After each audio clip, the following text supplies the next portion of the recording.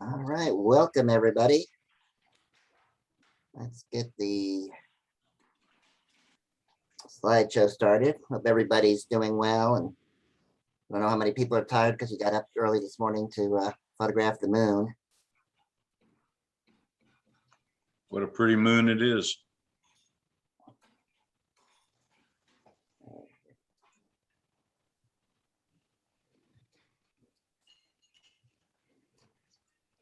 There we go. My line went blank and I couldn't figure out how to do all the stuff I've been doing for like the last 18 months. But welcome everybody. Good to see you tonight. We got a big program tonight. We got Jack Anthony talking about waterfall photography and self-publishing. We're going to talk a little bit about stuff next year. We're going to announce the winners of our little mini North Georgia Photography Club shootout. And tonight's monthly theme was candlelight. It's the last theme of the year. And so this was the one that's for all the marbles. So make sure you you vote because the right now it's very close. So your vote could change the standings.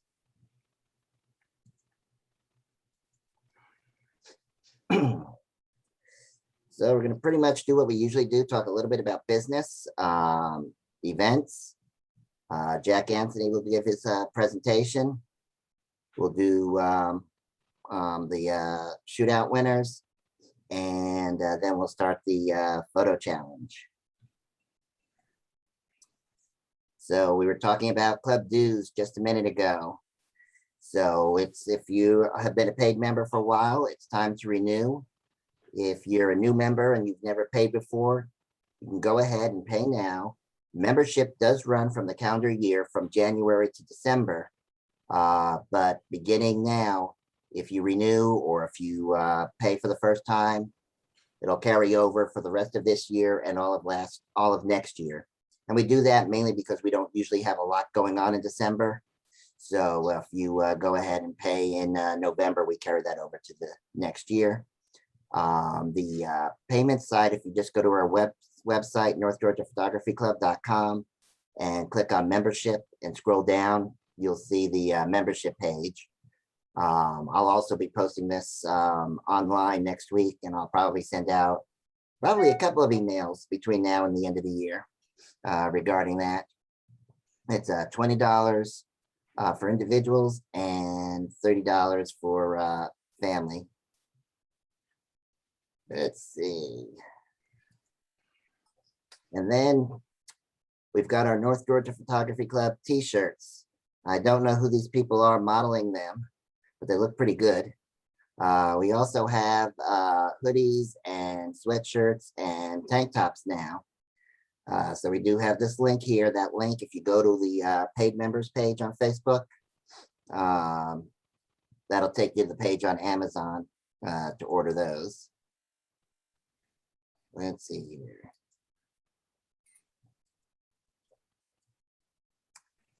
So more club business. Watch the Facebook page, probably the beginning of December, and your emails. We're going to do our annual survey. The survey is because we want to know what the club members want. This club does not belong to the board members or the planning committee. It belongs to everybody. And so we want to come up with ideas. We want to know what you want to see, what kind of trips you want to do next year, suggestions for workshops, suggestions for our monthly themes. We are looking to add some people to the planning committee. So if you have extra time and you'd like to volunteer, or if you'd like to volunteer to run the weekly themes, as you know, Rick Olson, Lisa Sains, and I have been doing that for a couple of years, and we're ready to let some other people run that for us. So if you're interested, just let us know. You can message me on Facebook or message Lisa or Rick, and we can get that going for next year. Lisa, I'll let you talk about Inman Perk. All right. For those of you who are new to our club, Inman Perk is a coffee shop in Gainesville, Georgia, and our club is responsible for curating the art that hangs on the walls within the coffee shop. And it's a rotating monthly art exhibit. Sometimes it's photography, sometimes it's paintings, different types of mediums. And we encourage our members, once they're ready, to contact me. I run it currently. If you're interested in displaying your photography, the walls at Inman Park hold roughly 20 decent sized pieces. And you're welcome to share a show with one or two other people if you're not quite ready to fill the walls yourself. But I do have a couple of openings next summer. At least 2 months are still open. If there's anybody in the club that's interested, please get in touch with me. And do it fast because the spaces fill up fast. They do. All right. So the biggest event we have in December is our holiday party, but because of COVID, like last year, we're not going to actually meet in person for that. We're going to do it online. Hopefully we'll be able to do it in person next year. So we're going to have a meeting the third Friday of December, but it's not going to be like our regular meetings. We're going to do what we call our annual editing challenge. What this is for new members, and it's always fun. We're going to have one member submit a raw image. We'll post it on Facebook. We'll send it out an email, and then you can edit it however you want. There's really no rules on the editing challenge. Just keep it clean. But composites are fine. Be as creative as you want. And then we'll share them during the meeting, and we'll let you tell us exactly what you did. And we get some people who, edit it as if it was their image. We have others who go really crazy and wild with it. And then we always, whoever submitted that raw image, they get to go last and say what they did. And it's really fun. And then we'll also announce our photographer of the year. Trips for next year. Dick, I didn't see you. Are you on? Yes, No? I am. Oh, there you are. I'm on. Okay. All right. So I don't know. Anything you want to add about trips for next year? Anything you've got planned, or just getting people to give us suggestions? Right. So the main thing is that if I don't get suggestions from other people, then we end up doing trips that I want to do. And I just as soon, as Mike said, make this trips that y'all want to do. So I need to know where it is I should be trying to organize things. And my own personal choices right now is, I think, like the Monday and Tuesday before Easter, I'm going to go up to the Smokies just because I haven't been there in a while. I realize it's the week before Easter, and that's problematic for a lot of people. And I'm thinking both spring and fall, I usually like to go see various waterfalls around. So I'll try to get that organized. But everything I do this coming year is going to be extremely dependent on some things in my personal life. I may or may not be able to actually go on some of the trips that I organize. That has to sometimes wait till the last minute. But that notwithstanding, I will certainly help get things organized, even if I don't go, but I need to have ideas about where to go. And beyond that, like I say, I don't really have anything in particular planned. Personally, I want to try to get out to some canyons in Utah, but that isn't going to be a club thing. Just right now, trip to Smokies in April looks like it might actually happen. And the Waterfall Hunts, which are things I like to try to do every year. Last year, I tried to organize a trip to the Shirley Miller Wildflower Trail, and I was not able to go, but I sure want to go this year. Of course, I say that every year. Anyway, main thing is I need people to be willing to be the leader for these things if I'm not able to go. And I will be posting on Facebook a post about the details of what that involves. It is not rocket science by any stretch. So main thing is send me thoughts on where we should go for trips and as much detail as you happen to know about it. Thank you. Yeah, we've got, about 2 years ago, it was right before the pandemic. Bob Kelly posted some images from Sloss Furnaces. A bunch of people said, hey, that looks like a cool place to go. A month later, we went. So, you know, post your suggestions online. If you go someplace cool, post those pictures. You never know, that might be another trip. A couple ideas we hope to do next year is the train chase from Chattanooga to Somerville if they repair the track. We like to shoot the Dragon Con parade if they open that to the public. So there are some things that we'll have to see how things go next year. But yeah, don't be shy in making suggestions. Providence Canyon. Mhm. You can do that, but I'm going to need somebody to help me with it. Let's see. So Timmy, I thought I saw you. Yes, Timmy, I'm on. workshops. We had a good workshop program this year. It slowed down towards the end of the year because we just didn't have anyone who wanted to volunteer for a workshop, but I think we're working on one already for January, but I'll let Timmy talk. Hi, everybody. Let's see. Actually, for February, Okay. February 10th is the day we're looking at via Zoom. It will be Stephanie Lynn, and she's going to be doing some night sky stacking. She posted several images this year and got a lot of comments. Hey, how do you do that? So she said she would be willing to do a how-to workshop on how she does different night sky stacking options. Sorry. And she also wants to take some of her favorite composites and kind of break those down step by step and show how she did that. But again, that'll be February 10th. I don't have anything for January. I'm in the same boat as Dick. If anybody has any ideas or anybody, I've got a couple other ones in the works, but this one, the February 10th, is the only one that I have definitively lined up thus far.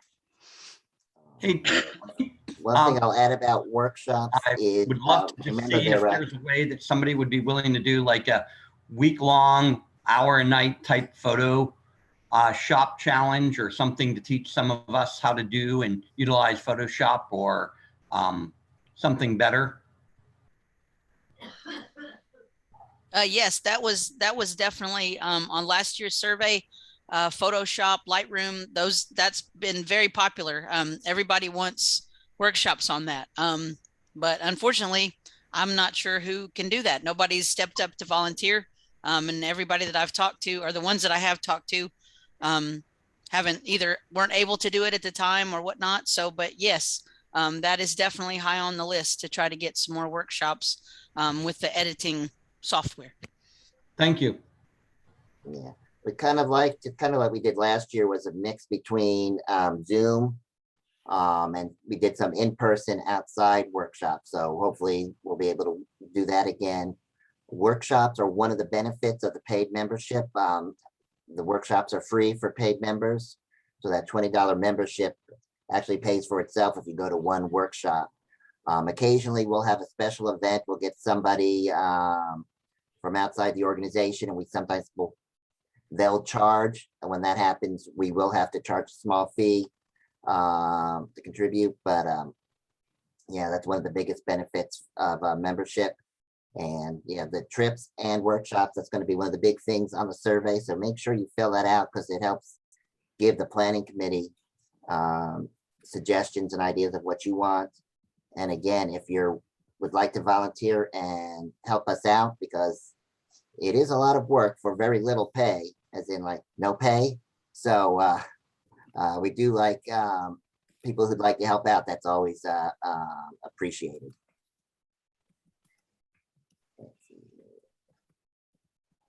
Oops. I'm being distracted by the instant messages going on. All right, well, let's go ahead and get to our presentation. It seems like everybody knows Jack Anthony, so I don't guess I really need to give you an introduction, Jack. You have a good reputation. So I will go ahead. I'm going to stop sharing and I'll let you share your screen and get started. Okay, All right. okay. Your screen is blocking mine, it looks like. You should be on the bottom. You should see a button that says share screen. I've shared the screen, let's see, but yours is still there. I can, You may have to minimize me. I can move it out of the way. Okay. Can you see mine? Not yet. Okay. Whoops. You have to Okay, hit that share button and then after you hit that share button, whatever I they'll show you a did couple then, different screens. whatever I did then lost everything. Okay. Is something we continue? My screen is on here. Are you there? We are here. Put your cursor at the bottom of the screen and you should have see a green button pop up that says share screen. I have nothing on here except my screen now. Jack, what I think you need to do is minimize your presentation and then open up the Zoom again. Say that again? Minimize the presentation and make sure that you can see the Zoom meeting. Minimize, okay. Oops. And once you're back in the Zoom meeting, you should be able to see share screen at the bottom. Well, I did. I shared the screen. Okay. Yeah, after you hit share screen, it'll Well, show I you a shared the couple of screen different. and yours was still there, Mike. So Do you get a pop-up that shows different screens on your computer? I beg your pardon? After you hit share screen, you should get a pop-up that should show a couple of different screens on your computer. Okay, well, let's see. Elizabeth, was that you? Yes. Okay. Okay, so I got to start all over here. Okay, I'm going to check back in, Mike. Is that, Okay. I can find you. Let's see. Email. Okay. Find your email. Okay. While I'm doing this, my granddaughter, Elizabeth Perkins, helped me put this together and helped me with the Zooming. She obviously didn't do everything because I hadn't got it down here. Let's see.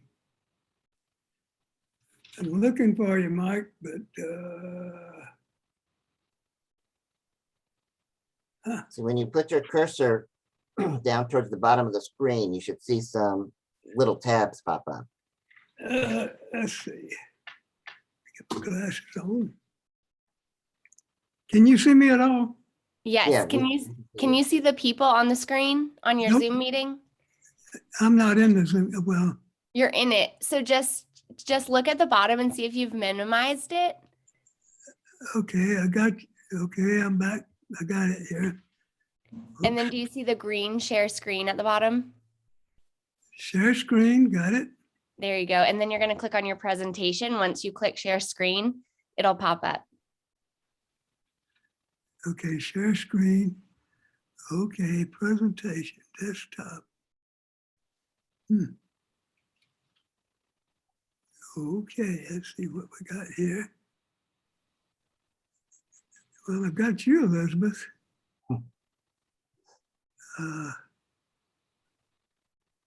Okay, share screen.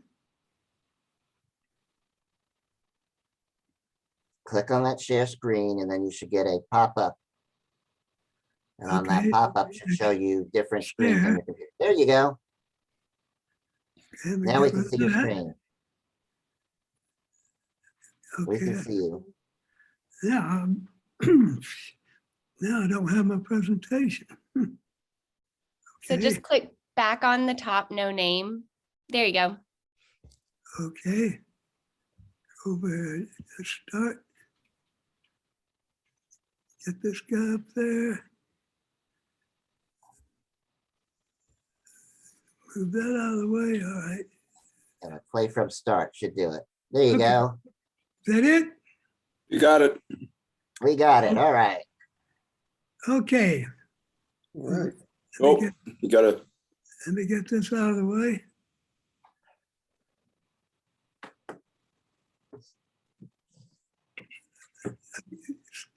I've got something's blocking my screen here, so.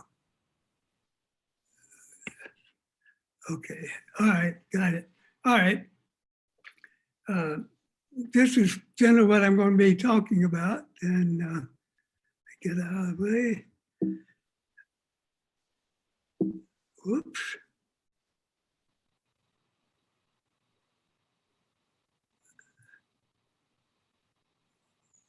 Okay, my right arrow doesn't do anything, so what's going on here? Trying to get to the next page.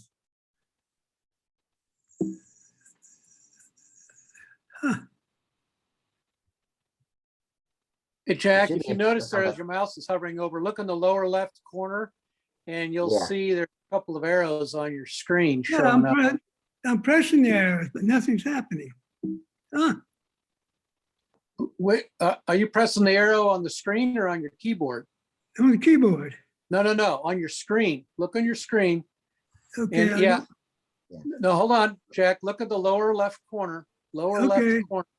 I don't see it. No arrows on my screen. Oh, all right. They're showing on our screen. We're seeing your screen. Okay, I got it. I got Yeah, it. there you go, right there. Okay, Perfect. all right. Okay, we're in business now. Okay, a little bit about how I got started in photography. I retired from DuPont in 1988. June retired also, and we moved back to Georgia. And I'd been doing technical things all my career, and I was interested in continuing that. Well, I didn't have much of that in Dahlonega, but after a couple of years, I got on the Chamber of Commerce Board of Directors, and this was like the year 1990, and no one had websites, including the Chamber of Commerce in Dahlonega. So I volunteered to do that. I figured that that was the common thing, so I'd learn how to do it. So I developed the Chamber of Commerce website and took pictures all around the area. I need the pictures for the website. Took pictures all around the area, including waterfalls. And I began to take pictures of a lot of waterfalls. In the end, I'd found about 110, 115 waterfalls in that area. During that time, I was using film, and so I didn't have a lot of options there. So I just picked ISO 100 film and found that these settings here worked as long as I took pictures on an overcast day and used a polarizer. The polarizer cut down the light about 1.5 stops, and that allowed me to get up to 1 second exposure.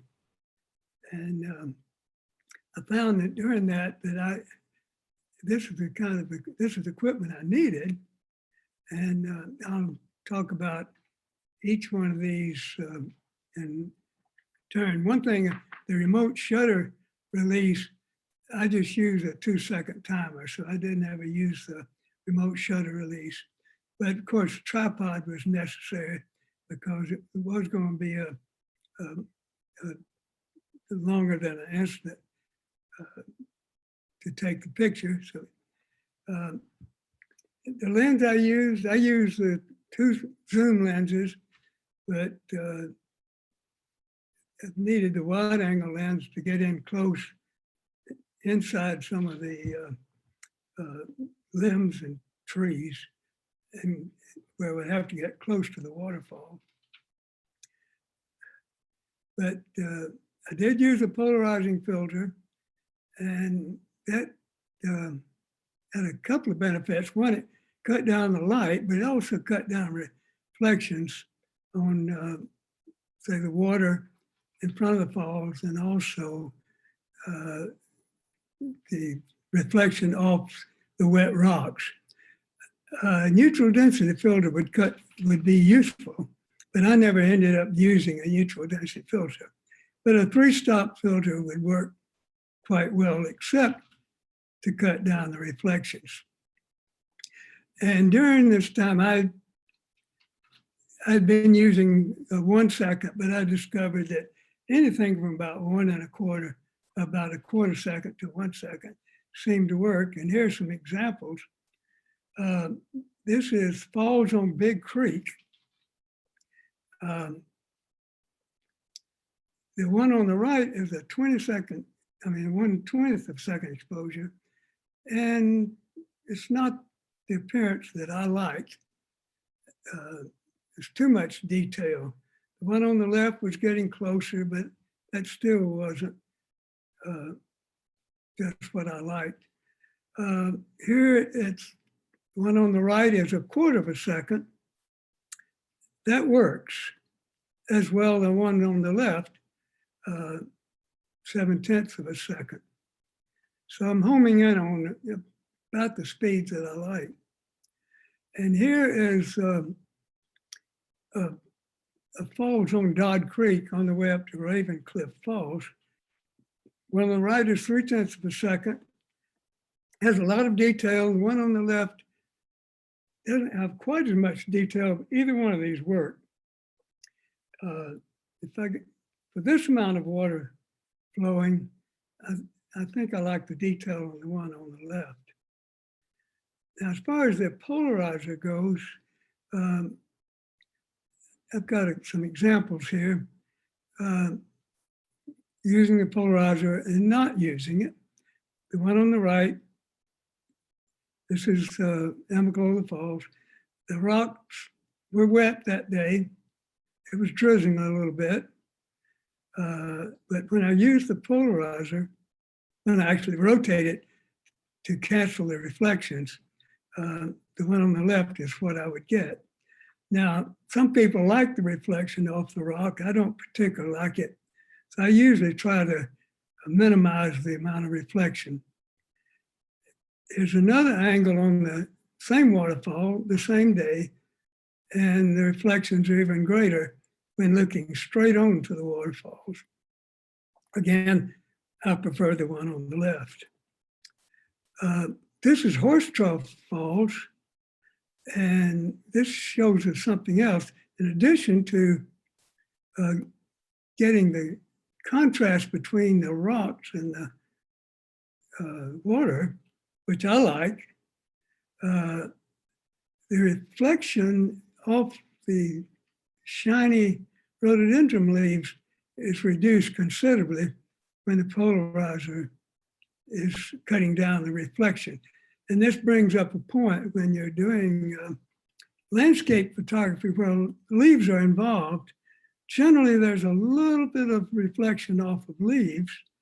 And if you use a polarizer, you can get a little richer appearance of the foliage if you rotate it to get rid of the reflection. Sometimes you can't tell whether you're getting rid of them or not, but sometimes as you rotate, this is general landscape photography.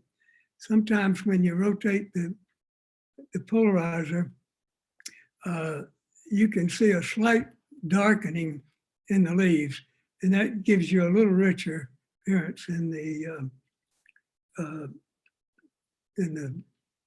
leafy part of the picture.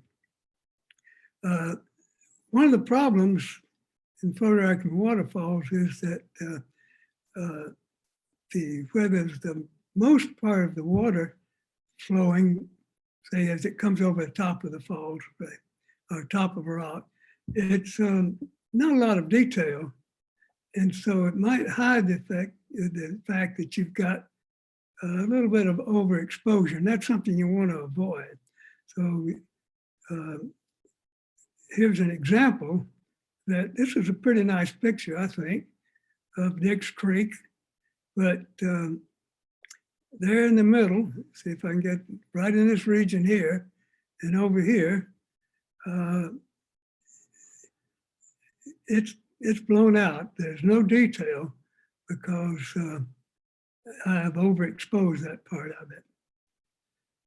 To avoid that, the good idea to try to make use of the histogram that's in the camera. And this is an example of what you might see in the camera. The histogram, this shows on this end, the very bright light, and over here is almost no light, or on the edge, no light. And the individual, in this region here, you're seeing that all the pixels that have that amount of light. So this is a picture of the amount of light you have. What you want to do is avoid getting pixels in this area right here. With the normal settings, you're probably going to have light level come up close to the edge or even bounce off the edge. The ones that are against the edge, there's no detail. So you need to back away from that. And the way to do that is use exposure compensation in your camera. So use the normal settings that you would take a picture with, and then back away from the right edge to make sure that you don't have that overexposure. For the camera setup that I use, I like to use the manual mode, set the ISO on automatic, and then the other settings, adjust them however I desire. If I want to get depth of field, I would adjust the aperture to make sure I get that, and then the shutter speed down to a quarter, half, or 1 second, whatever I want. And then, as I mentioned, use the exposure compensation to make sure you're not getting any blown out pixels. Here are some examples of falls that I've taken. I'm going to run through these I like. You can decide whether you like them or not. This is Dolly Falls. This is on private property up near up on the lakes.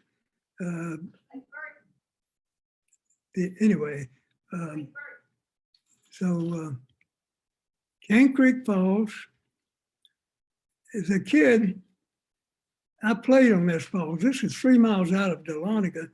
It's close enough to walk to and maybe hitchhike to. We would jump off those rocks on the left or even climb up on the waterfalls and slide off. I only know of one person that broke his arm doing that. I fortunately didn't.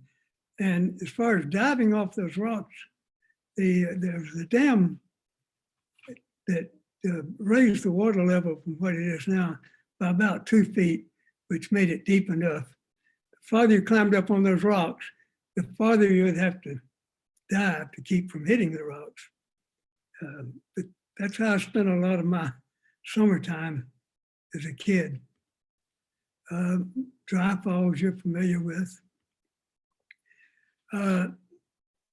This is part of Amicalola Falls. I just like this particular part of the falls. if you're standing on the bridge halfway up, at the right edge of the bridge, you'll be facing this little section of the falls. Bearden Falls is in Lumpkin County on the western part, up Nimmerville Creek, if you're familiar with that area.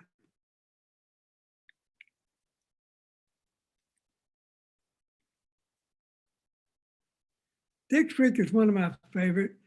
If you go to Dix Creek in the summertime on a weekend, there's probably going to be 30 or 40 people there swimming and again, jumping off the rocks.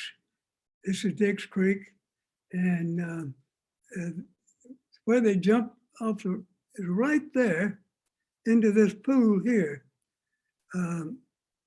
Looks a little dangerous to me, but a lot of people do it. This is Cannon Falls. This is on private property also. And Frogtown Creek and Dix Creek joined to become the Chestatee River. And this waterfall is about 100 yards up from the confluence of those two streams. Falls at Dix Creek. Somebody may be able to answer this for me, but this is on Dodd Creek. And it joins Davis Creek to become Dukes Creek. Well, the Big Falls is on Davis Creek. So neither one of these falls are on Dodd Creek or Dukes Creek. So I guess they're both called Dukes Creek Falls. And Lost House Falls is just above Helen, Georgia, or Robertstown. And it's a few hundred yards off the highway. It's a pretty nice waterfall. Here it's shown in part sunlight. I try to avoid sunlight, but sometimes you can't. This is the Tallulah River that's been treated a little bit in Photomatics HDR. Sometimes gives an interesting effect. Deer Leap Falls is in Dawson County. It's probably a half a mile from the Gold Creek housing or subdivision. It's on private property, and the bush there in the front right foreground is a sweet shrub, I believe it's called. There's these sweet little red buds on it. A few years ago, I photographed this bush in the falls, and that thing was loaded with the shrubs. This was more recently, and it didn't have many on it. Okay, a similar type falls is Lula Falls over on Lula Lake area. This is a protected area. So Lula Lake Land Trust, they are open on the first and last Saturday of every month. And I believe now you have to have a reservation to get to it. But it's a beautiful area. It's on the top of the mountain, Lookout Mountain, or near the top. It's only about 200 feet in elevation from the top. So sometimes during the year, there's not much water, but the whole area is a neat area. The water is a bluish aqua color. Nice falls. Here's a close-up of Raven Cliff Falls. What fascinated me was this rhododendron trying to grow in the rocks. Here's a small falls, War Woman Dell. That whole War Woman Dell, 3 miles out of Clayton, is just an interesting place. There's a tiny falls. It's up in it's in the National Forest. However, it's about 30 acres of private property on Jones Creek, and this is just a small stream that flows in, but I thought it's a neat three-pronged waterfall. This is interesting also. The Chattahoochee headwaters flow this narrow 2 foot wide flow through this 2 feet wide crack in the rocks. And that's about, I would guess, where the Chattahoochee River starts. That's looking back up into that narrow opening. And this is several hundred yards downstream, and the river is clearly formed there. Now, if you're on a place like Amicalola Falls and there's no water flowing, do not despair, because there are still options for getting some nice waterfall photographs. And these are tiny, I guess they're called rivulets on that fall that I enjoyed taking a picture of. It's another one.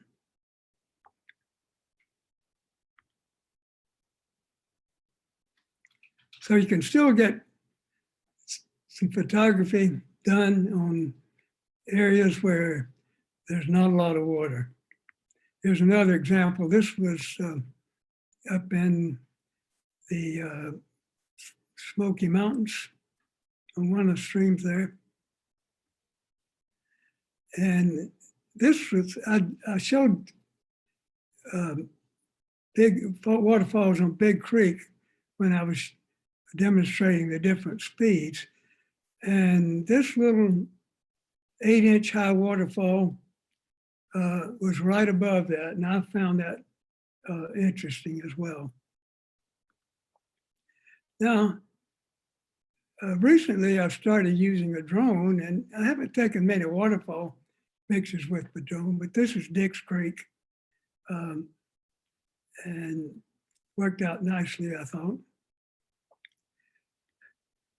Okay, this is a shows on the Chestatee River that's on private property.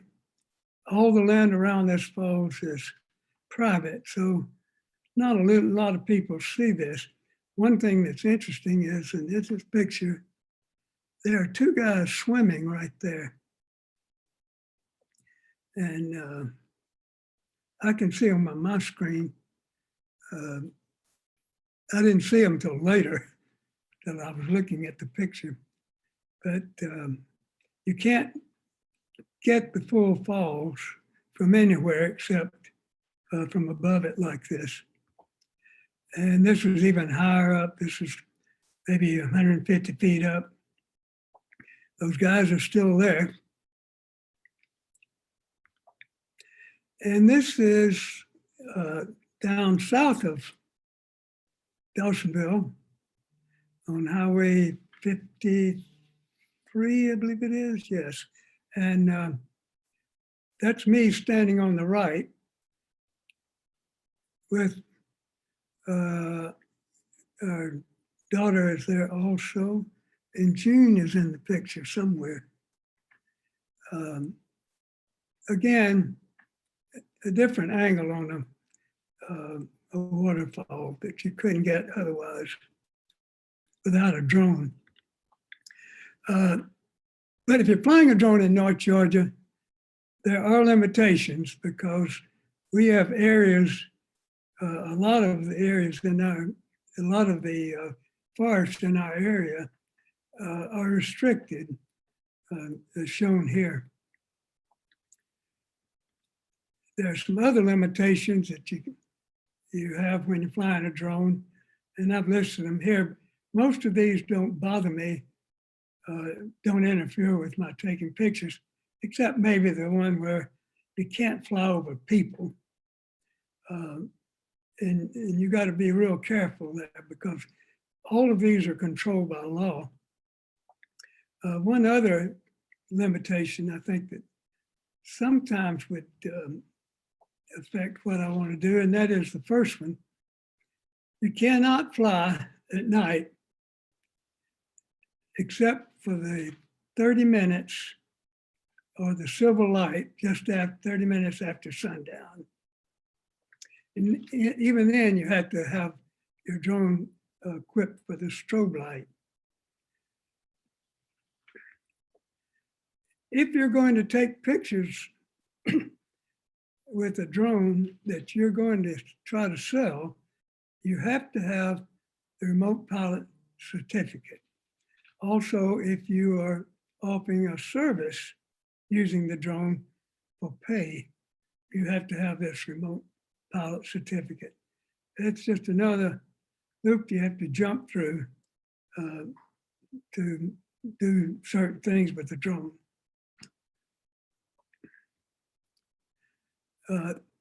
This is the drone I use. I bought it about 3 years ago. It's got a great camera, and that's exactly why I bought it, was for the camera. And it's recently been discontinued and been replaced by the Mavic 3 Pro, which sells for $2,200. So the price is going up. It has about 45 minutes of flying time on the battery, as opposed to the Mavic 2 Pro that's only 30 minutes. It also has two cameras. It has the Hasselblad camera, as this one does, and it has a zoom camera on it as well. So you get both the zoom camera and the fixed camera. I don't know about the zoom, but the Hasselblad camera is extremely good. Here's some photos I made with it. This is Wolf Mountain Vineyard. Three Sisters Vineyard, and the Three Sisters Mountains on the right background, where the Three Sisters Vineyard got its name, obviously. This was the first vineyard in Lumpkin County. It's family owned and operated.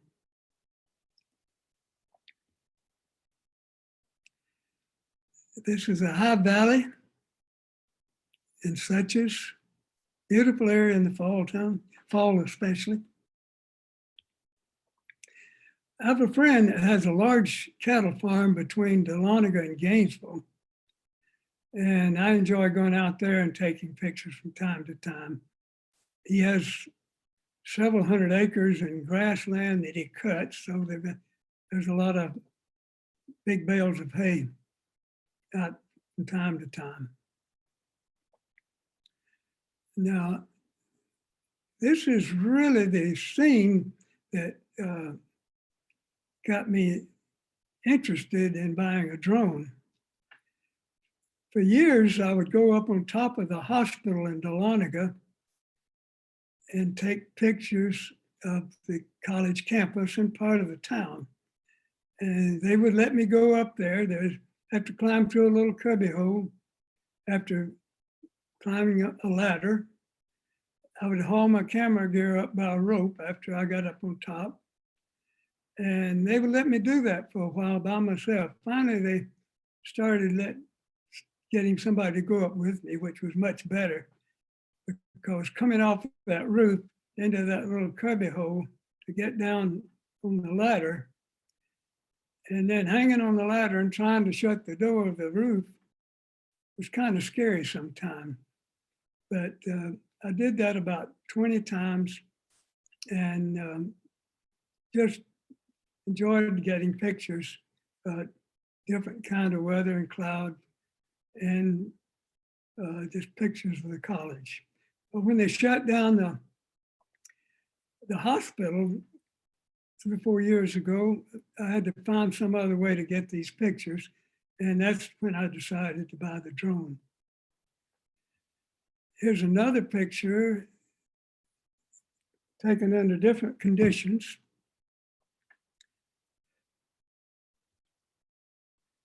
And this is the picture of where June and I live, the near Village Estates. It's between Dahlonega and Gainesville. It's actually between Maryville and Gainesville. Our apartment is right behind that oak tree right there, if you can see the pointer. Our porch opens out into the woods, beautiful. This is, as the other pictures I showed, it's more than one picture. To get this picture, I had to take 4 different pictures to get the full picture and stitch them together. Actually, the sky and the mountains were taken at a different time, because when I took the lower picture, the sky was perfectly clear and I really wanted to get some mountains. So I wanted to get the sky, clouds in the sky. And so took those at a later time, stitched them together and came up with this picture. I've sold a number of these, not a number, I've sold several of these. And because the camera is so sharp, and because it took two pictures stitched together, the picture is very sharp. And I printed this up to about 4 feet wide, and still with plenty of detail. This is a picture of the Linfoot hike-in. This is in part of the state parks, which you're not allowed to fly a drone in without permission. And they gave me permission, provided I waited till everyone left for the day, all the campers. If you're not familiar with the Linfoot hike-in, you can go in and spend the night there, and they will serve you breakfast and dinner, and will give you a bag lunch for a little added fee. But you have to walk in about 5 miles, and then of course walk back out. But it's well worth the journey. If you haven't done it, I would recommend that you give that a try. This is a picture of the hike-in stitched with other mountain pictures. And we're looking back towards Springer Mountain. The hike-in is not not directly between Amiclola Falls and Springer Mountain, but it's a couple of miles out of way. But we're looking back from here towards the Springer Mountain. Now I don't know which one of those is Springer Mountain. This is the last picture I'm going to show, taken with the drone. This was taken from the hilltop, looking over Dahlonega. And this is 2 pictures stitched together in Lightroom. And I only had to do minimal retouching on this picture, but that's just before sunset. And as I'd mentioned before, I wasn't allowed to take pictures after sunset, so I had to hurry up and get this one in. This was taken from the hill above the park there, from what used to be our backyard. We used to live there. And of course, you can't see the park directly, but with the drone, I could fly it up a couple of 100 feet and look down into the park. Okay. The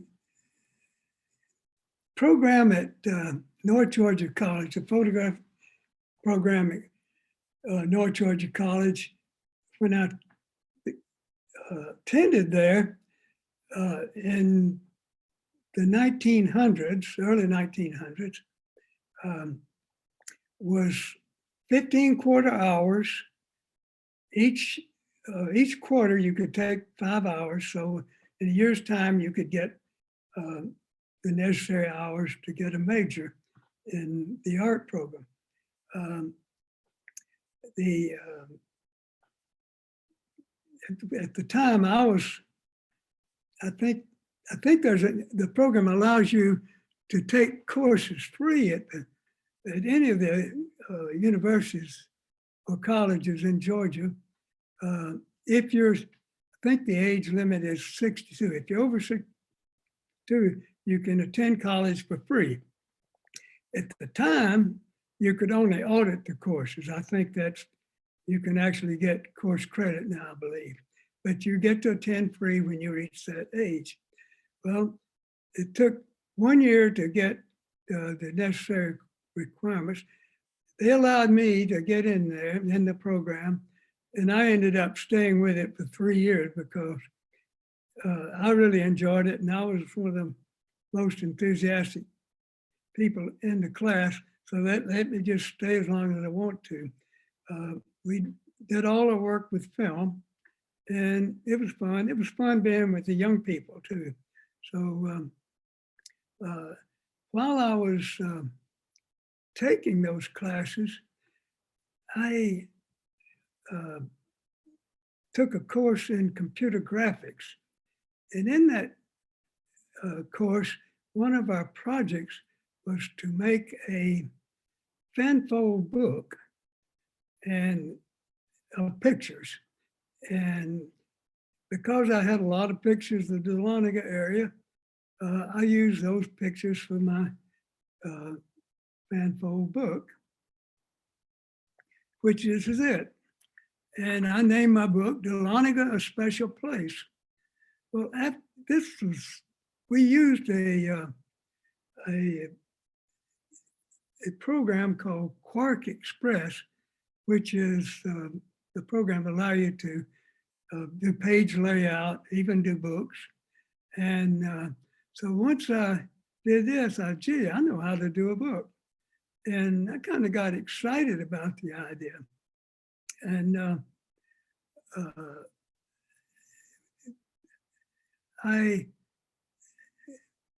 the more I thought about it, I really would like to do a book. Our class sponsored a symposium one day, and one of the speakers came from Athens, Georgia. He was a photographer, and his specialty was taking pictures at night by painting the scene. And he was very good at it and published several books on the subject. And I started talking to him that day. And the more I thought about it, the more I wanted to do it. So I visited him in Athens. He was from Athens. And we talked a while, and he suggested if I wanted to, I really, rather than try to get it published, I should publish it myself. And so that's what I started thinking about. He gave me the name of a broker in California that would handle the printing in China. And printing books in China was a lot cheaper than printing in the United States. So I got in touch with those folks, and they agreed to publish my book or print my book. So I set about, and it took me about 2 years to get it together. And I named my book Dahlonega, A Special Place. It had the same pictures in it that the fanfold book had. This actually was fun to do, but my printer, my screen was not calibrated to their printer. And when I sent the pictures to the broker, they told me that, oh, you gotta calibrate these things. They're not gonna print right. So I ended up making an arrangement with someone who did have the ability to fix the pictures so they would print correctly. I did this over in Greenville, South Carolina, spent the day over there. Cost me about $700, $800 to get that done. That's one of the expenses. Now, I might add that doing these books is not cheap. And you're kind of taking a chance because you have spent all your money before you see your book. But this one turned out pretty well. The pictures were pretty good. The book got 3,000 copies of it. Now, selling a book is a little different from selling pictures, because if you've got 3,000 books, you got to sell those things.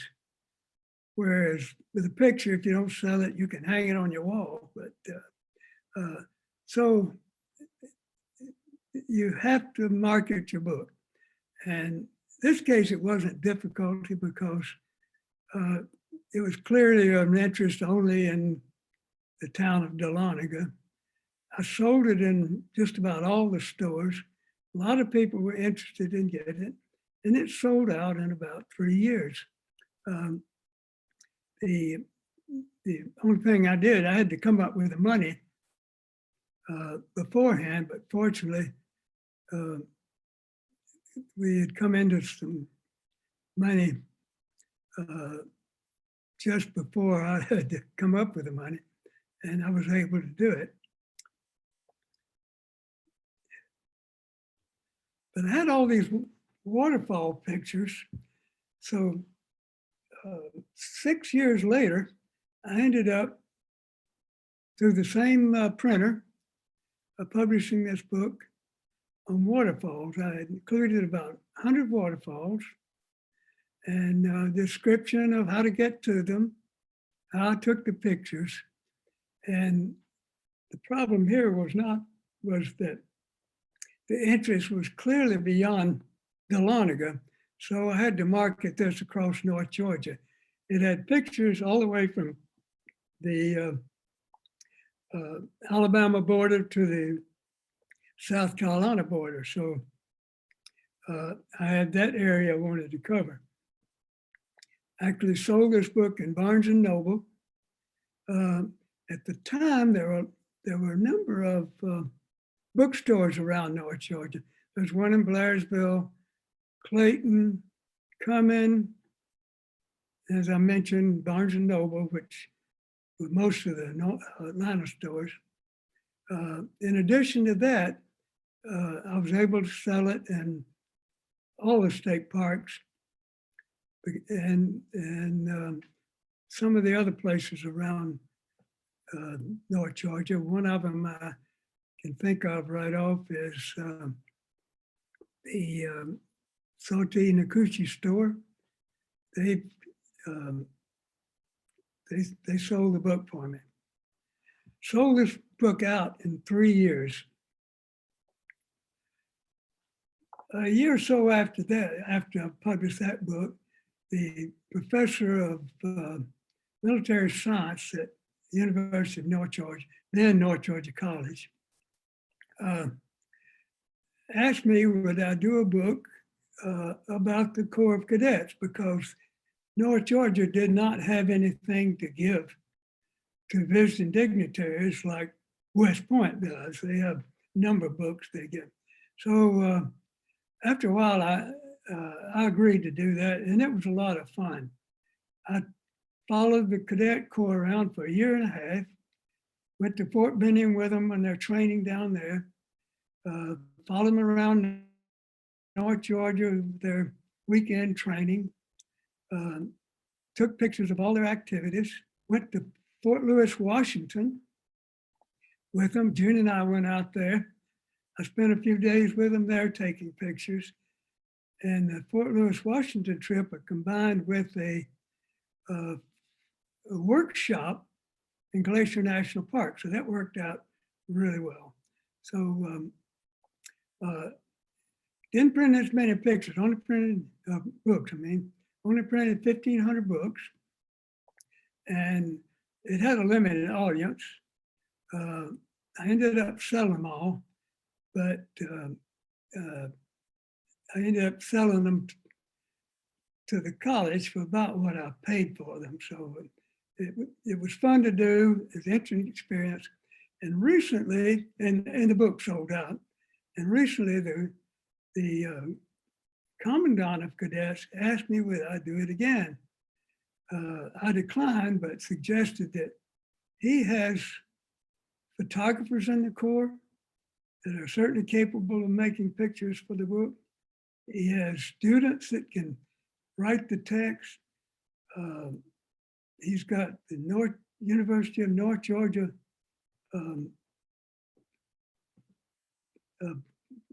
well, they publish books anyway. And so they can do it in-house, but I told them I would advise if they would like me to. And I talked with him a couple of weeks ago, and he said they're still thinking about doing it. The final book that I did is Mountains and Waterfalls in North Georgia, and that book is still available. All the others are sold out. Again, this book is sold no longer in bookstores. The bookstores have all closed up, but it's sold in the state parks. It's still a number of stores in Dahlonega, and I sell quite a few on Amazon. That works out well. So that's been fun. As I say, I've still got copies, so don't hesitate to buy them if you see them. And I'll move on to marketing photographs. One of the things I felt I need to do in marketing photographs is develop name recognition. And how did I do that? Well, one of the things I did is give pictures away for putting in local stores like restaurants. Right now, I've got pictures in 2 restaurants, and I've had them in others in the past. And got pictures in a real estate office. And the name recognition has paid off. Also, a way of getting name recognition is to donate pictures to silent auctions for fundraising. Many of the groups in Dahlonega will have parties to raise money, and they have these silent auctions. I always donate 1, 2, or 3 pictures of these silent auctions, and that really helps with the name recognition. In fact, tonight, the Gold Party in Dahlonega, which is a party to raise money for the community helping place, they're having a party, an auction, and I've got 3 pictures and a couple of books in there that will be auctioned off. Usually these do very well, and look at other ways. Interior decorators, if they're going to decorate an office building or office space, they need pictures. And usually they want pictures of local scenes. And this I've been able to do once with an interior decorator in Dahlonega. Another way to get your name out there and market photographs through the internet. I originally had my own website, which I put a lot of waterfalls and waterfall pictures, but also I had kudzu. For years there, I was taking a lot of pictures of kudzu, and I became, if you clicked on kudzu in Google search, my name, my website was the first thing to show up below the ones that have been paid for. And I would generally get about 100 hits a day on that website.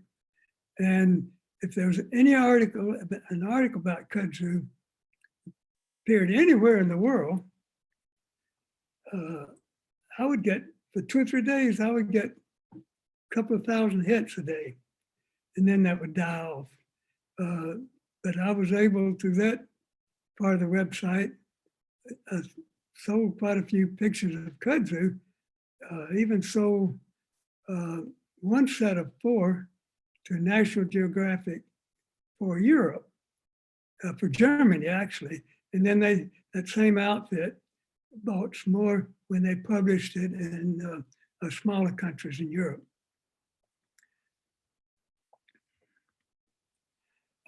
Join the Chamber of Commerce. That's a great place to market photographs. About every year or so, they allow me to hang pictures in the Welcome Center that are for sale. And I generally sell a couple pictures there. That's a 3-month type thing. Also, the Chamber of Commerce has fundraisers, and I donate pictures to those. And you need to display your photographs. And as I indicated earlier, I display them in stores. But I also, right now, have a booth in the Antique Mall, which have about 60 pictures. They're packed in pretty tight. And I'll keep that for probably, I've had it in up for 3 months. I have to keep it for 6 months. That's a contract. But I've sold more than twice the amount necessary to pay the booth for the 6 months. So I'm doing well. It's not even Christmas yet. So that's worked out well. This is a poster of Waterfalls that I did in 2003. That's currently still being sold in the chamber. That's the only place it's being sold. But I printed 2,000 of those lithographs. They ended up costing me about 70 cents a piece to print. I printed 50 using a photographic process, which gave far better prints, but they cost about $18 a piece to have done. This was before digital printing was available. So, it was fun to do. They're still for sale. They're sold. I sold them in a tube with a printed sheet that describes the waterfalls and how to get to them. This picture is the doors of Dahlonega that on the January the 1st of 2000, I went around the town taking pictures of doors. I thought, the January the 1st, year 2000, deserved something like that. I got most of the doors that day, but some of them stayed open. I didn't realize it, but I thought January the 1st, there wouldn't be anybody in town. That's wrong. It was loaded with people. So some of the doors were propped open. I wasn't able to get those.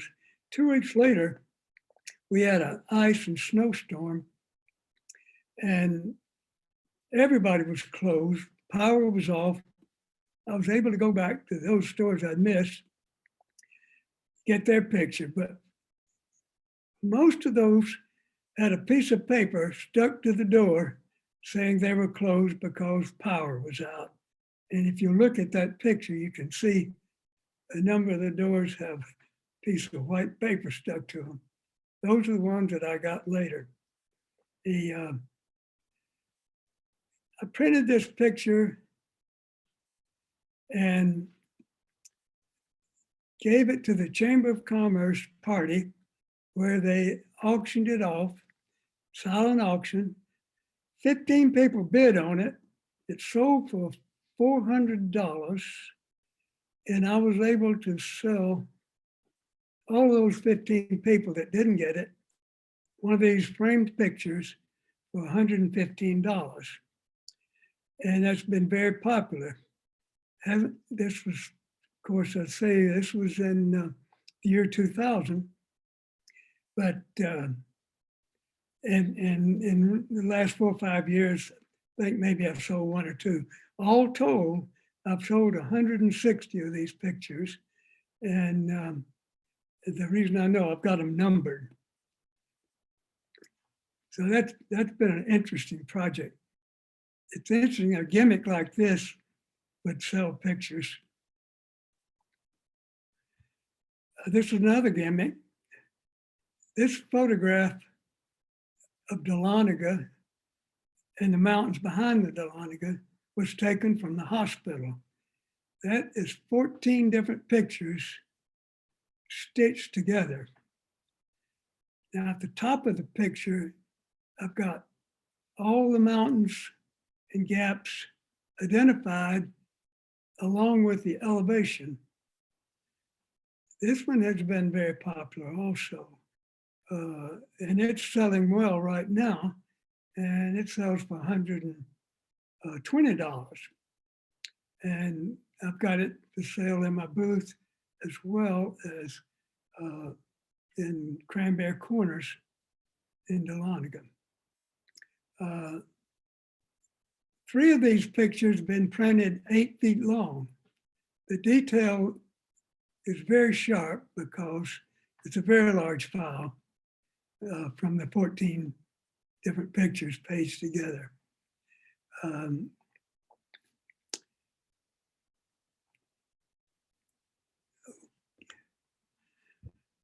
Another gimmick I thought would really be great. I went out, this was the years like in 2016, 2017. I went out at night and took pictures of most of the stores in town, in Dahlonega, by available light, and put this collage together, thinking it would be get the same results that I got from the other 2. I don't think I've sold a single picture. I probably haven't marketed it quite as well, but I've got that hanging in my booth as well. And the final picture that I'm going to show is the Christmas card. Each year for the last 11 years, I have produced a Christmas card that, of course, it has its theme of Christmas and decorations, but also the courthouse. The courthouse shows up in all of these different Christmas cards. This is this year's card. Interesting thing about this picture is I made that with my iPhone 12 handheld, and I took a number of pictures of that carriage, of the picture with the carriage in it. I haven't really modified the picture other than the Christmas tree. That's not the Christmas tree that was normally there. It's in the center of the courtyard. I took a picture of it separately and blew it up to about twice the size and moved it out to the curb, and it's blocking the other picture. Also added some decorations, as well as adding the decorations in the trees on the right side of the picture. That Christmas card is available at Cranberry Corners. She's the one that suggested I start this 11 years ago, and she's had exclusive on them. Christmas cards from 6 of the years have sold out. I generally print 2,000 cards. So far, I've sold 44 boxes, I believe. And this year with 12 cards in each box. And so I thought that was an interesting way to end this presentation, but I would also like to say thank you to my granddaughter, Elizabeth Perkins, who is in the audience tonight. She helped me with the droning, the zooming part of it. Obviously, I didn't learn it completely, but she also helped me work out some of the kinks through the presentation. And with that, thank you for attending and happy holidays. Thanks a Thank you, lot, Jack. Jack. Good Thank job. you. That was Does anybody have any questions for Jack?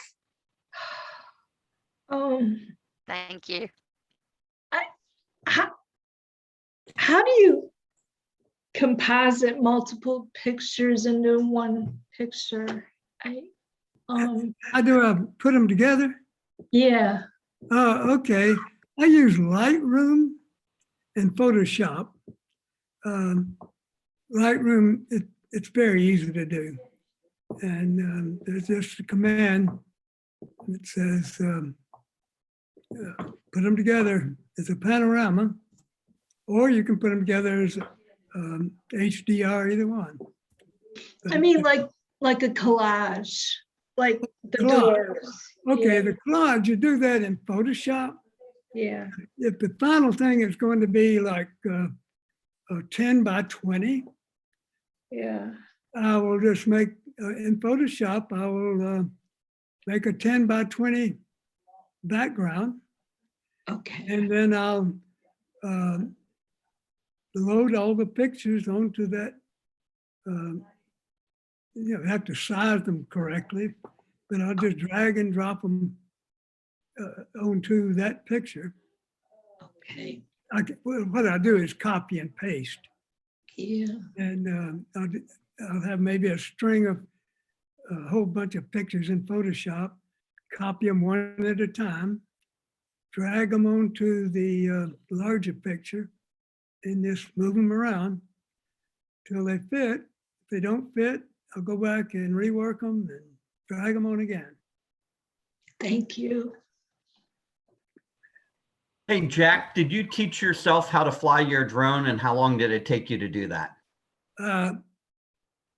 Yes, and it took about 5 minutes. The drones have, well, this particular drone, if you press a button, it'll go up 4 feet and stop. And it waits for you to tell it to do something. Got 2 joysticks. One of them makes it go forward and backward and sideways either way. Got 4 options there. The other joystick makes it go up and down and around, either clockwise or counterclockwise. Once you say go, it goes up, I'll just say 4 feet and stops and waits for you to tell it to do something.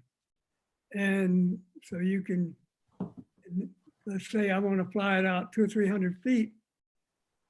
I'll just push the up button or the joystick to go up. And in my case, I'm using my phone as the screen, and it fits into the controller. And so I'll just push the left joystick forward. It'll go up. It'll only go up 400 feet high, which is the limit I'm allowed to fly it. And I set that number in the control so it'll stop automatically when it gets there. But say I only want to go up 100 feet, all that information is on my controller. And if I ever get in trouble, I just take my hands off the controls and it stops. Wow, And that's impressive. Thank you. So it's not difficult. Now, at my age, people wonder, what in the world are you doing? I said, well, it's not hard. So All right, we have time for one more question if anybody has a question.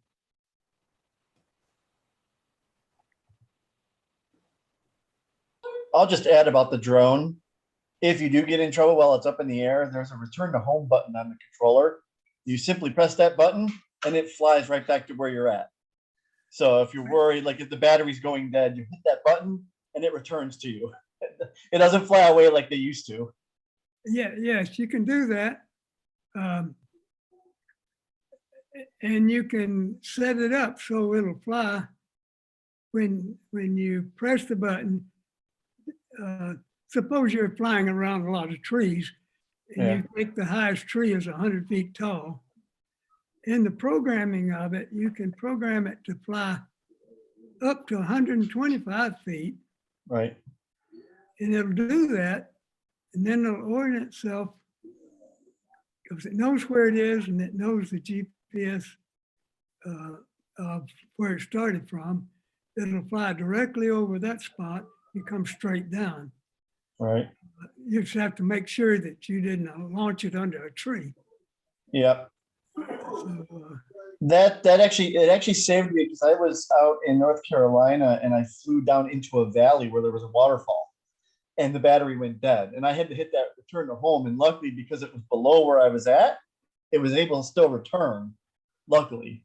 But, the battery was going dead and I'm like, oh, crap. But it worked. Well, that only works if the GPS is still functioning.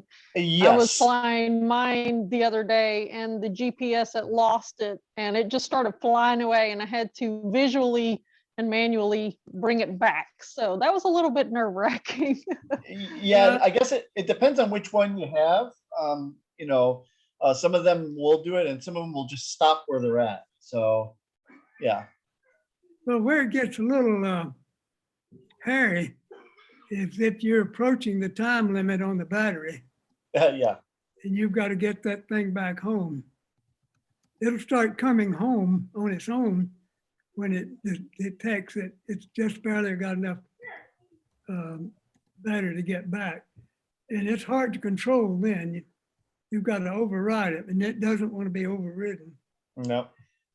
And so, and if you exceed that time, it's going to land wherever it happens to be when it only has enough power to land. Right. That could be over a lake.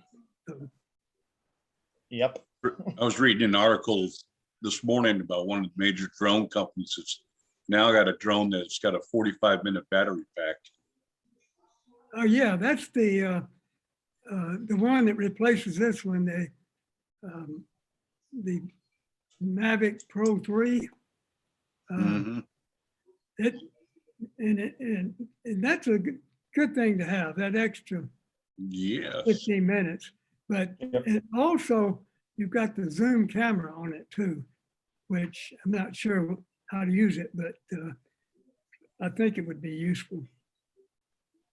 Yeah, I have the original Mavic Pro. I need to upgrade, but yeah, it's only got about a 30-minute battery. But luckily, if you get it up, get your picture, get down, you don't ever have to worry about hitting that limit.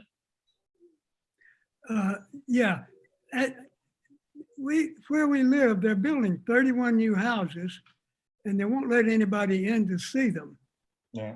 Because of the construction. So every Sunday afternoon, I go in and take pictures of all the new construction, and just so people can see what's going on. And then I post this, and I can usually take around 45 pictures in about 20 minutes, which still give me 10 minutes of time to get it back. I really got nervous when I about to give out a time. But 20 minutes is a long time to take pictures if you know what you're going to take. So.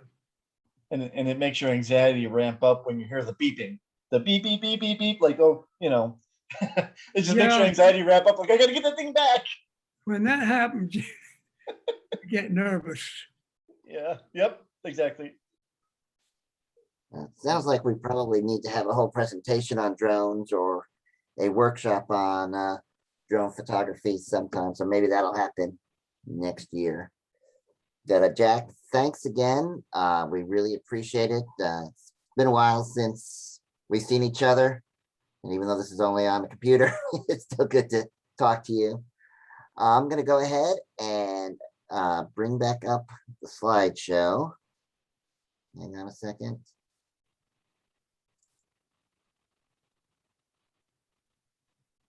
There we go. So before we do our challenge, we've got to announce our winners of our mini shootout. So for those who are not familiar with it, 18 of us met in Dahlonega, in fact. We randomly selected 3 topics, and then the goal was to shoot as many pictures as you can of those topics. You then submitted up to 3 images from each topic. We had 3 people do the judging, and we awarded first, second, and third place for each topic. First place is going to win $50 each. And second and third place for each topic are going to win some vintage cameras. I posted a picture of those cameras last week. Haven't figured out how we're going to get those to you yet, but they exist and the winners will get something. You will get it. So anyways, our first topic that we picked was architecture, and the judge for architecture was Dick Snoke. And your winners for architecture, first place was Hilo Sparrett. Second place was Donna Grayson. And third place was Patrick Olmsted. And Dick, if you want to give like a quick 60, 90 seconds description of how or why you picked these images. Yeah, so I was sort of channeling Eric Bowles, or at least some of the stuff he said in his presentation last month before. Anyway, the interesting thing, the third place picture was one of 2 that must have been taken by 2 people standing side by side. But this one, I thought, had a much better perspective of things. Second place was primarily about the graphic image. And for reasons I can't explain, I was channeling the Muppets because one of those things is not like the other. But the first place image was the one that, as I went through them, was the image that jumped out and said, hey. I mean, it was on the grab my attention. The other 2 went through a bit of a filtering process, but that first place image really impressed me. Not so much because it is about great architecture or anything, but I think it's a great image on the theme. There you go, Mike. All right. And just as a reminder, the judges did not know who all the entries were. Everything was kept random. I was the only one who knew whose images belonged to who, which is why I didn't do any of the judging. I should make one other comment though, Mike. All of the images were good. I mean, there was not a bad image in the bunch, but there were a significant fraction of them which were all pictures of buildings, and that's all they were. So these were ones that had something a little bit different spin on them. Okay, now I'm done. Okay. Our second category was Windows, and Rick Olson was the judge for Windows. And our winners for Windows, first place was Dana Hornbeck. Second place was Michael Amos, and third was Bill Hatherley. So Rick, I'll let you. Yeah, thanks. And to echo what Dick said, you know, we look for something a little bit different in these things, something that stands out. In the third place case, Bill Hatherley shot. I mean, I love the range of colors and how the natural amber orange scene outside sort of complements the 4 orange panels that are in this fancy window that he shot from indoors someplace. And then you've got some green and blue in there that provide a nice chromatic contrast. So this one pretty much jumped out at me. It's one of the first ones I noticed. On Michael Amos's shot, you know, I love the composition. Even without the title, we know that the subject is centered and on the far side of the glass. Basically, it's some people seated in a restaurant. But I really like the elements of the bicycle in front of the window, and then the two large nutcracker soldiers flanking what I imagine is the entrance to a restaurant. It's a really nice exposure and a good range of colors. And then my first place choice, Dana's shot, I mean, what can you say? The title is actually kind of funny. The title was all three funky architecture windows.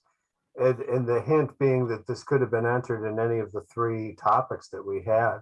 But what's happened, because she took such a distant angle on this, we have a very nice image of the architecture. And let's face it, the architecture is essentially nothing but windows. And then we've got this really bizarre feature out in front of all that glass, giving us the, you know, that could have itself been a funky entry. Because she stood so far back, because we captured a lot more glass than dinosaur, it works better for windows probably than for funky. So I thought it was just a unique approach and definitely a cool shot. All right, congratulations. First category, second category. Our last category was probably the one that involved the most thought, I would think, for people, or most interpretation. The last category was funky. And so everybody had to decide exactly what funky was. And then Corey Huntington was the judge for that. And so he had to decide what he thought funky was. And here are your winners. First place was Raybeth Walker. Second place was Dana Hornbeck. And third was Michael Gagne. So let's get your thoughts, Corey. Well, first, I just want to echo some of the things that Dick and Rick both said. First of all, there was a ton of really cool images that were submitted. It was actually a really hard choice going through them all. But at the same time, like they said also, I really was kind of looking for something a little bit different. I started going through and it's like, okay, there's a lot of really cool, funky images. But then it started hitting me, I was really judging more somebody else's artwork almost. Like some of them were just a picture of somebody else's painting or of a mural or something like that.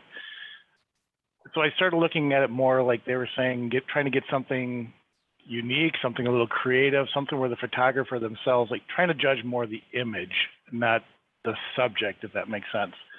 So looking to see, you know, an interesting composition with it, interesting play of light, you know, simple things, watching your foreground and background elements. There are some where there's, you know, kind of a really cool thing, but there's something in the background that was really distracting, or things were just kind of cut off out of the frame or things like that. So I started looking more at the photographic process of it and what the artist, the photographer put into creating that, and what kind of story they were trying to tell. So the third place, I love the play of shadows on that one. I love the zigzag lines. I kind of like the choice of not even showing the railing. So it's just simply the kind of the abstractness of the play of shadows. I thought that was really cool. Second place, love the depth of field on that. Very creative. I'm assuming it's a bench, kind of looks like it might be an arm up on the top there. But again, it was just kind of taking a different, it was their own funky. It wasn't just another funky object. It was creating something funky out of an ordinary item to me. The first one, that one stood out at me right away. Yeah, it is. It's somebody else's artwork and everything there, but I like the way that she used it to basically tell the story of the cat sitting in the window, kind of looking out at the world outside. So it was more than just a picture of a picture. It kind of has its own elements. It tells its own story and has its own composition and everything to it. So that was one that hit me right away as I went through the list. So again, everything was really cool. There's a lot of really neat submissions, but it was a really hard choice. But these were the three that I ultimately kind of kept coming back to. So great job, everybody. Thank you to the judges. Thank you to everybody who participated. I think it went better than we had planned. That we were excited about the turnout. So this is also good practice for the real shootout come April. The rules there are a little bit stricter than we set out. So we'll make sure everybody abides by them. I know a couple of people had problems getting the time set correctly in their camera. So for the real shootout, we'll check everybody's camera because we don't want to get anybody disqualified, because we have lots of great photographers in our club, a great mix, and I think we're going to do well. And I thought it was a lot of fun. And a lot of people have mentioned that we should make this an annual event. So don't know what we would do for prizes yet next year. Those vintage cameras were donated from someone, but we'll come up with something. And I think we will do this again, maybe 6 months apart. We'll participate in the big event and then have our own club event. So that's one of the things we'll plan for next year. But I thought it was great, and I hope everybody who participated enjoyed it. And those who weren't able to participate, I hope you'll participate next year, and we'll participate when we have the big shootout in April. And we'll start posting stuff as we get closer to that date in April. So now, what you've been waiting for, our last monthly challenge. So these are all the challenges for this year. The November challenge was candlelight. It's our last challenge of the year. So your votes tonight are gonna basically decide who our photographer of the year is. So the rules: 1 image per person. The image must be less than 2 years old. No composites. You must be a paid member. You must be attending the meeting. However, we will let you miss 1 meeting per year and still submit your image. And then the photographer of the year is going to win $100. And that's something new we did this year. You're going to vote by the number on the ballot. You're going to vote for first, second, and third place. So you're only going to vote for 3 pictures. Don't vote for the same photo multiple times. As you're voting, think about whether or not the image fits the theme. We award points based on your votes. First place gets 5 points, second place gets 4 points, and so on. And we add them up at the end of the year, and that's how we come up with our photographer of the year. And like I said, it's really close. We have, I think we have 5 people who could win it. So think hard about your votes, and then you're going to mail your votes, email your votes to vote@ngaphoto.club, not .com. Every month we have somebody who does .com and we lose their votes. So very important tonight, vote@ngaphoto.club. I think we had ended up with 7 entries this month, and the theme was candlelights. So I'm going to show these like 2 or 3 times. Okay, so this is number 1.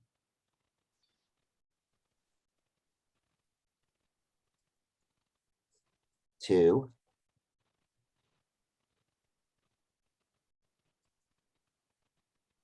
3.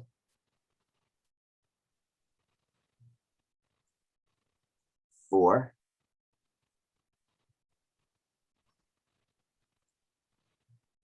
5.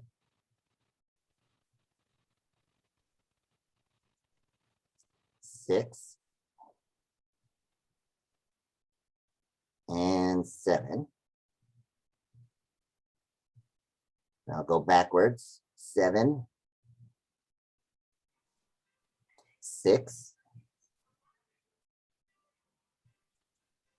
5. 4. 3. 2. And 1. And I'm gonna do it one more time, starting with number 1, 2, 3,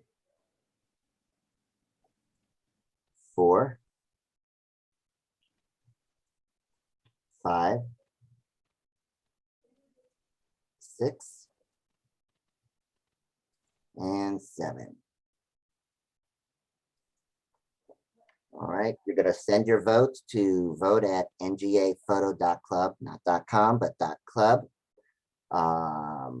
It is 8:50, so get your votes in by 9:05, and we will be posting tonight's winners tomorrow on the Facebook pages. The photographer of the year will be announced in December. In fact, so our next meeting is going to be our Christmas holiday party meeting. It'll be on December 17th at 7 p.m. For a presentation. It's going to be that editing challenge I discussed earlier. I've already asked one member if they'd be willing to offer the raw image, but when we get a little bit closer to the date, we'll post that stuff online so that you can get that picture to edit. Then our next regular club meeting will be January 21st at 7 p.m. As of right now, that meeting's on Zoom, but maybe we'll be meeting in person. We don't know. The photo challenge theme for January is going to be mountains. After that, the rest of the themes for the year are going to be based on your suggestions from the survey. And just so that you know, that mountains theme, I used one of the unused themes from our shootout. I randomly picked one out of the box. In fact, the first one I picked was architecture, and I said, no, we're not doing that again. Then I tried again, and I ended up with funky, and I'm like, I better not get windows this third time. Third time I got mountains, so that's how we came up with that. The rest of the themes will be your choice. We've got a presentation in mind for January. Probably be able to tell you what that is next month. And that's it. Get your votes in, and looking forward to seeing everybody next month. Thank you again, Jack. I had a fun time tonight. It was a great meeting. And we will see everybody next month. And you got till 9:05 to get your votes in. Okay, thank you. Thank you. Thank you. Yeah. Thanks, And the Jack. winners, All right, Thank you, everybody. everybody. Thank you, Jack. and for the winners of this shootout, we'll figure out how to get your prizes to you. Don't worry. We'll talk to you later. Thanks. Bye-bye. Bye, everybody. Good night. Happy Good night. Thanksgiving. Happy Thanksgiving. Thank Happy you. Thanksgiving. Yeah. Don't everybody be a turkey. Good night.